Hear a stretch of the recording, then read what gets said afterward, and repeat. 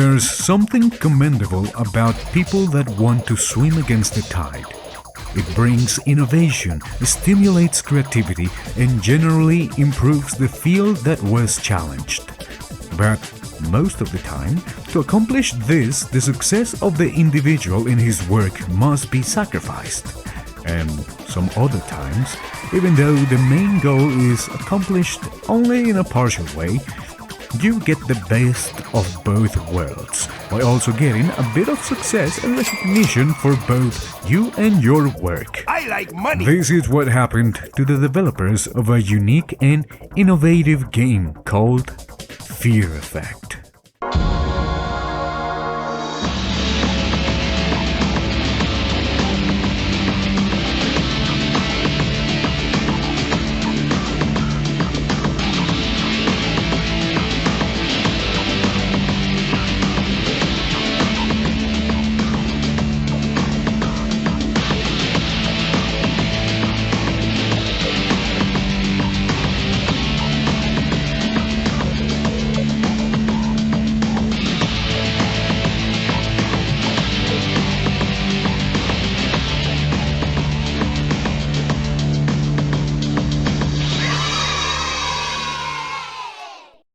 Praised for its visuals, the mature nature of the story, its fantastic voice acting, You were almost a jibble sandwich. and the immersive atmosphere of the world, it became a cult classic in no time. But that does not mean it's perfect. In fact, it's far from it. Clunky controllers, absurd difficulty spikes, and an unintuitive UI diminishes the effect of its good parts. Or at least, that's what the crowd and players back then said. And because I'm one of them people who likes to only believe something once I've experienced it myself, I'll be taking you hostage and dragging you through a whole playthrough of the game. So, grab some snacks, go get a drink and enjoy the ride. But before we begin, let me give you some context. Fear Effect is categorized as a horror action-adventure game. Developed by Chronos Digital Entertainment, the project was directed by Stan Liu, a guy tired of the somewhat childish characteristics of games from the time. In his own words, "I simply do not care for the illogical situations, convoluted plots and terrible voice acting any longer. I wanted to play a game that is made for grown-ups. I wanted intelligent and steering content. I wanted a true interactive movie in the best sense." Death. The thing we fear most. But my only fear was what would happen if I remained alive. So I ran. I knew my father would try to stop me, and I knew others would come for me. Others whose only desire was money. But my longing was stronger. I wanted salvation. Of all the sensations, pain is the purest, without ambiguity. You feel it or you don't. I had never experienced pain, but now I knew that I could visit it on others. A pain so strong, so intense, that it would purify the world. I had learned the truth, so I ran. The noise of the funeral didn't mask my assassin's approach. I hoped for a quick death, hoped it would be possible. So I stopped running. I had never experienced pain, and I so wanted to feel it now. I wasn't disappointed. Hong Kong. The year is somewhere around the 2050s. No one in the internet is completely sure. We are Hannah Sue Bachel, Vakil, Voshel, of Hannah, a mercenary trying to get enough money to buy her way out of the Chinese triads. Our mission? Locating Wei Ming Lam, the teenage daughter of Mr. Lam, the most powerful triad boss in the city. We land on the Lam building to meet our contact, Jin, an old friend of Hannah, but he's nowhere to be seen. So we go to look for him. That's when the game actually starts. As you can see, the model looks really nice. but that's because I'm using the advanced settings of the emulator to improve it. But apart from that, I have to admit that the background is quite impressive. So, we start to venture into the building, and that's when the issues arise. Or, well, not the issues per se, but peculiarities. Like, for example, you move with tank controls, which was normal for the time, but if you want to interact with an object, you use triangle. Triangle? Like, what the actual thing? I guess you were trying to experiment, but like, goddamn, it is so unintuitive to use triangle. And even worse, the way the menu works, you don't access it with the start button. Instead, you cycle through it with circle and square. If there's an item you want to choose or a key item that you want to use in a certain location, you have to find it in your inventory and then select it with triangle. I can already see how big of an issue this is going to be for situations where you, for example, might want to interact with something while I don't know, while you're running for your life. But I guess we'll see if it's actually as bad as I imagine it's going to be. Oh yeah, and you can only save in specific places with your phone, which is an item in your inventory, which I guess is fine. So, after struggling a bit with the controllers and my innate inability to be a good gamer, we make it to the first combat section of the game. And I'll say it right now, I actually don't mind the combat mechanic. It's quite bare bones, but at least it's not frustrating. You start with a pistol and a knife. Whenever you are near an enemy and are facing their way, a small crosshair appears on the top of the screen. If you are using a firearm, it will appear green, and it means that if you shoot, you will hit the enemy. Now, if you are using a melee weapon, you can crouch and sneak behind the enemies where a red crosshair will appear, indicating that you can perform a sort of takedown on the enemy. And this system, for the most part, works great. This is a great example of what a wise, famous person said one time in a land far, far away. Less is more. Oh, and you can roll, which gives you invincibility frames, which is cool, I guess. So, we kill the enemies and get to the control room, where we find out that Jean has been abducted by Mr. Lamb's man, and it's been tortured in some other room. So we kill more enemies and enter the room where he is being kept. Guns in hand, ready to rescue him, only to find the goons strapping a bomb to his chest. We fight the level 1 goons as the level 100 boss we are and free our boy Jim by doing a color puzzle. We hear the best character of the game doing some exposition and explaining where he hid the info he had for us. It's Jin.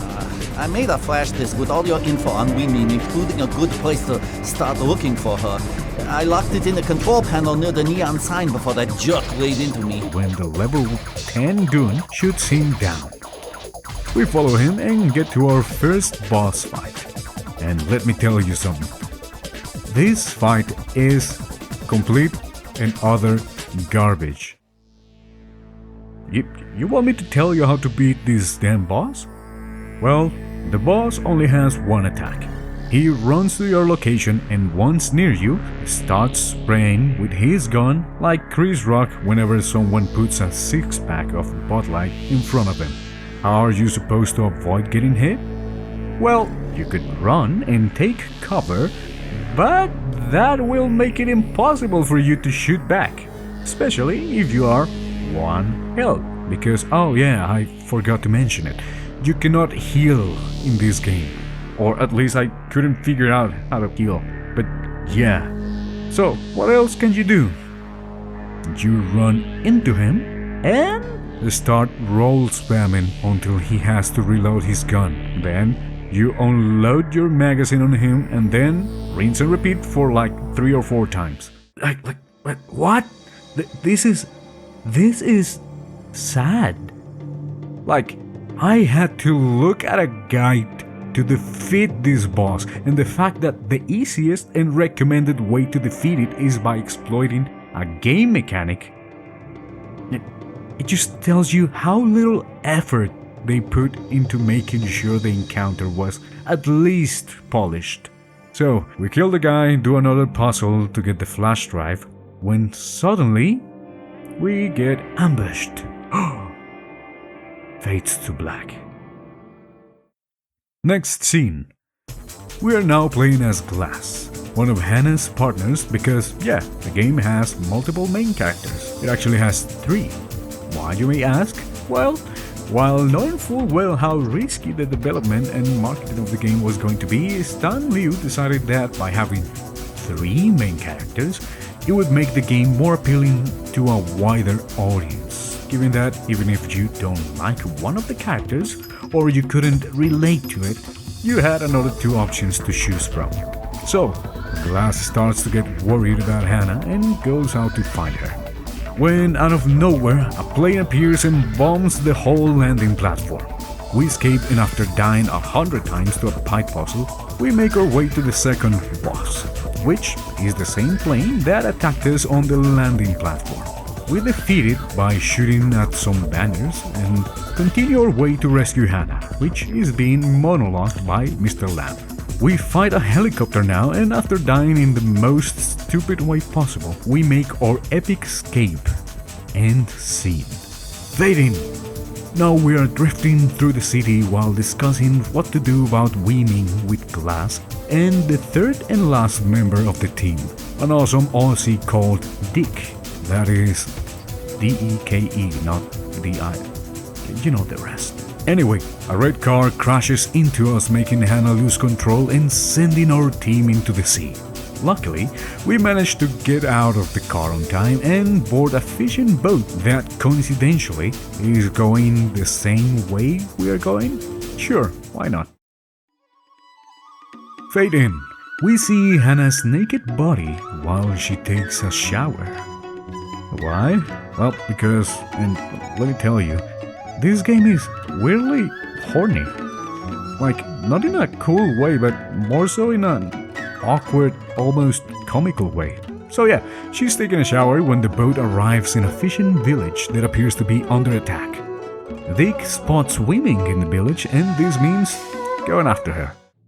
We get attacked by zombies, I guess, while wearing only a towel, and after exploring the village a bit, we find an old lady explaining how it all went south in the village after a strange lady saved a boy from drowning. She also tells us that there's a military train near the village. For the people who haven't caught on, the mysterious lady is winning. Anyway, after exploring a bit, we get held at gunpoint by a soldier, so we get undressed to distract him.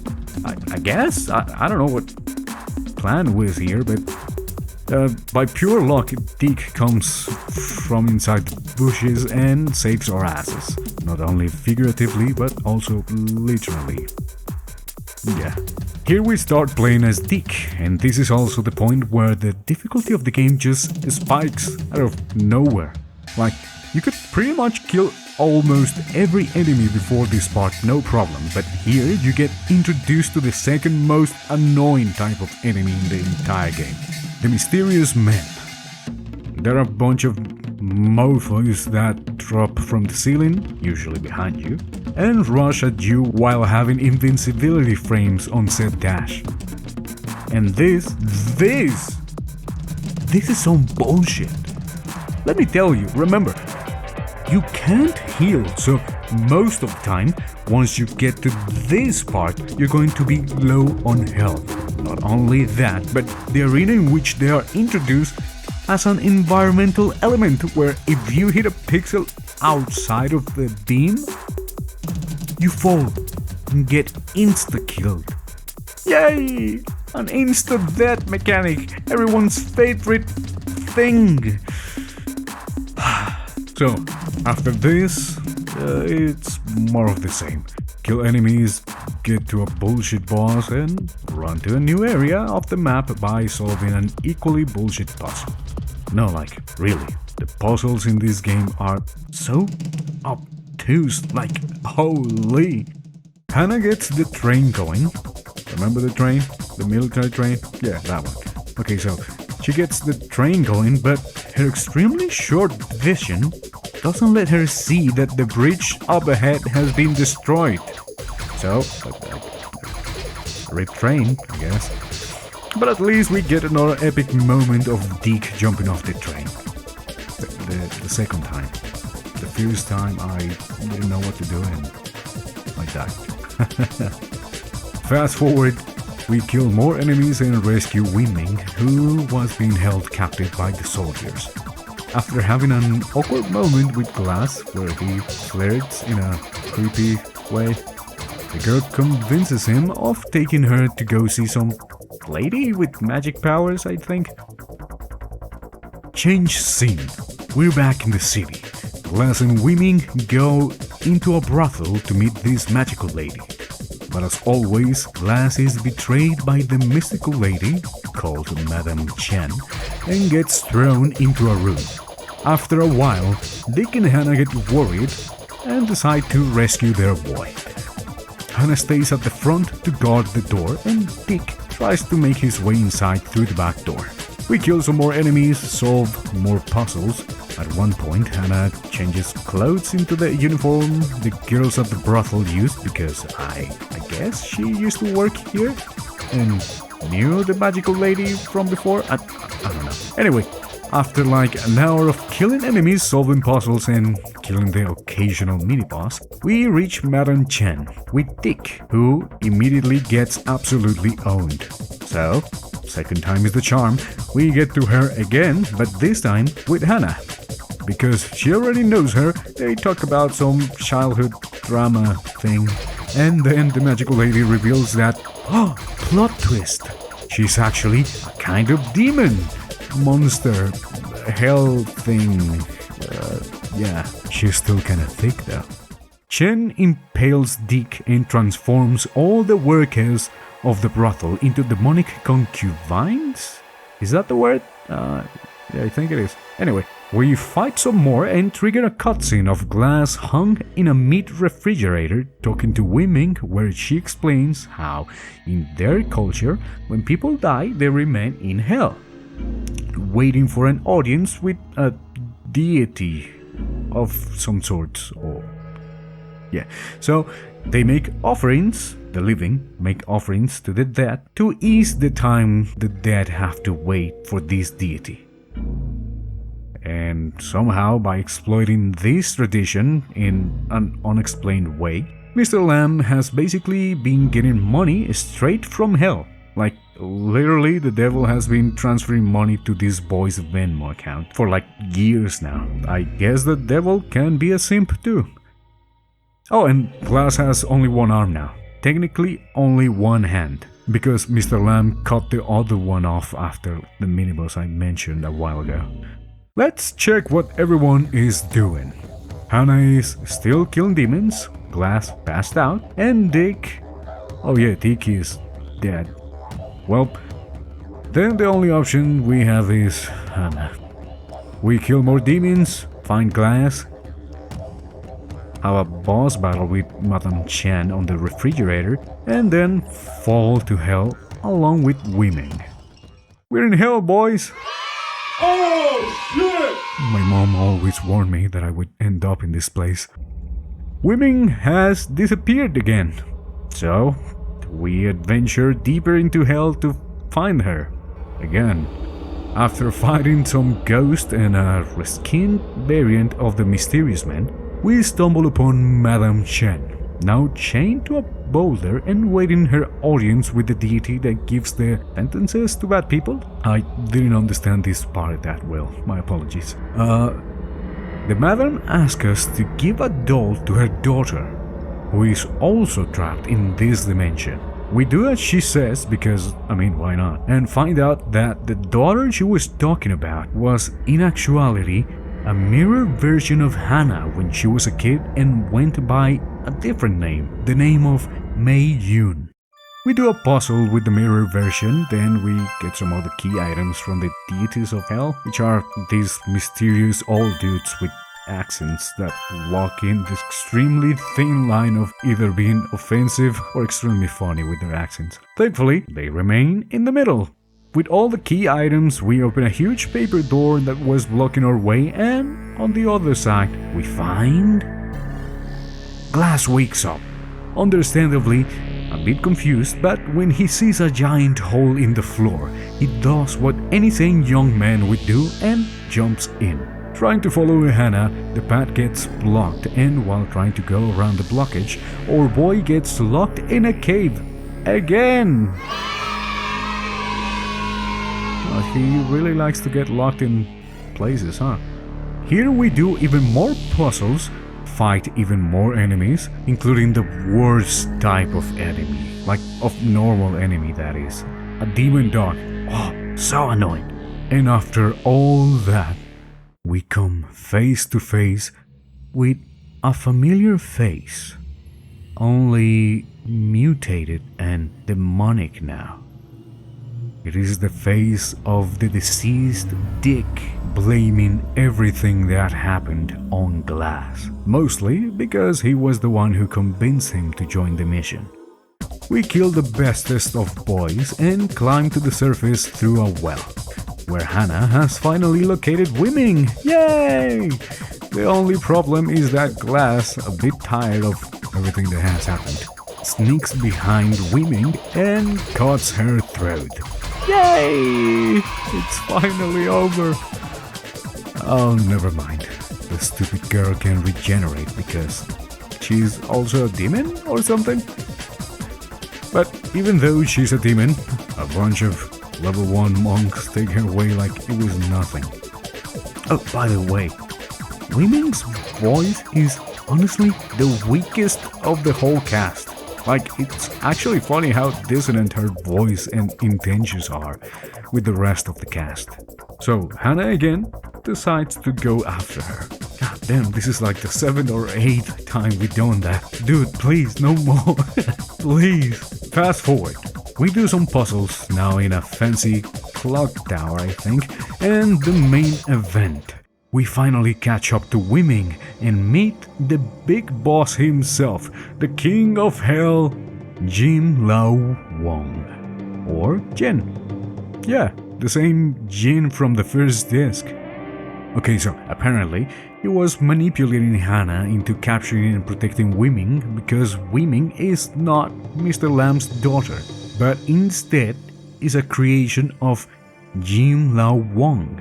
A creation with the ability to reflect the true form of people's souls on her eyes, turning anyone that looks at her into the monsters they truly are. And he sent her to the mortal world with the intention of making the Earth Hell 2.0. Not because he's a big baddie and all that, but instead because Hell is kind of full. They have no more room for new souls. Hearing this, Women ask Hannah for help on basically killing herself, but Glass intervenes and now you have to choose who to side with.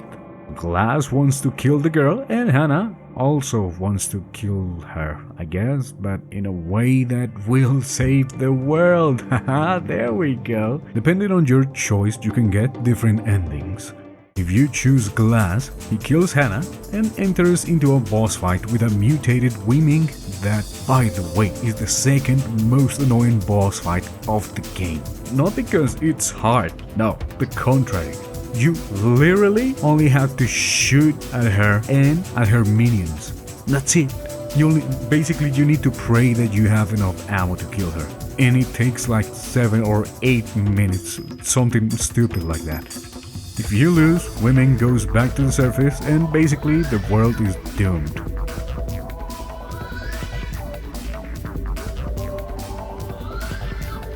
If you win, only Glass comes back to the surface and condemns the world.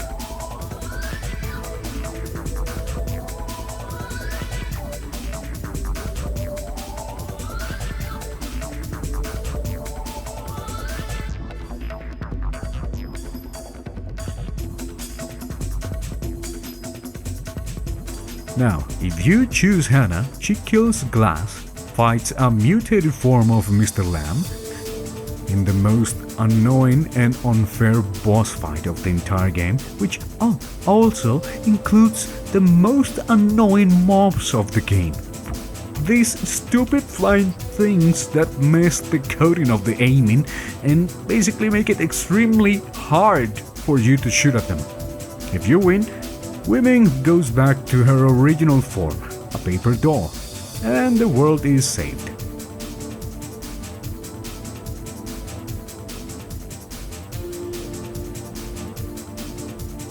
If you lose, they both are forced by Jin to go back to the surface and unleash the apocalypses. Wiming as the key to the apocalypses and Hannah as her bodyguard. And that's it.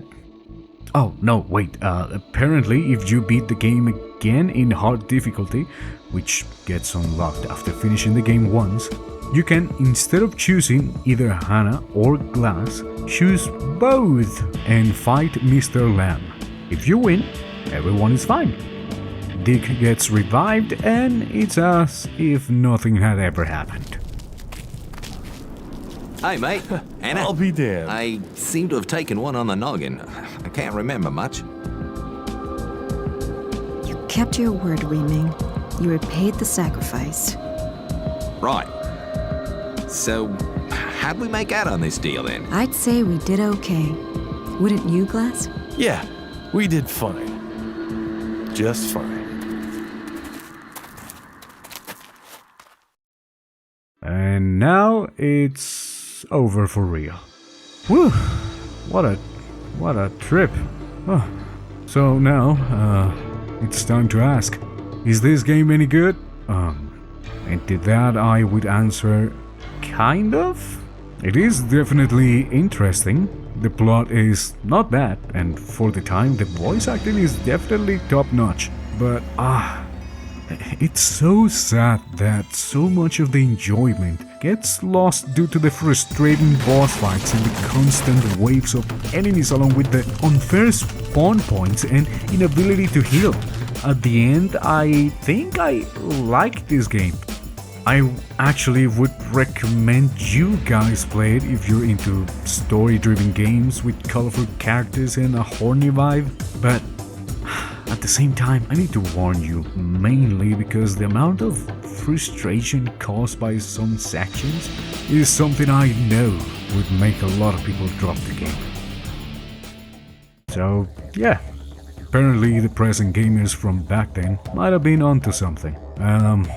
Thank you for watching. If you liked the video, I would appreciate it if you subscribed. Never mention likes and subscribers except in a mocking way. You know, like, hit like and subscribe. This makes you think I'm not like other YouTubers, even though this attempted subversion is really just another ploy to get you to like and subscribe. This message is being transmitted through brainwaves, forcing you to like and subscribe against your will. That would be pretty neat. And I've heard that new subscribers get a boost on risk, so yeah, it's a win-win scenario.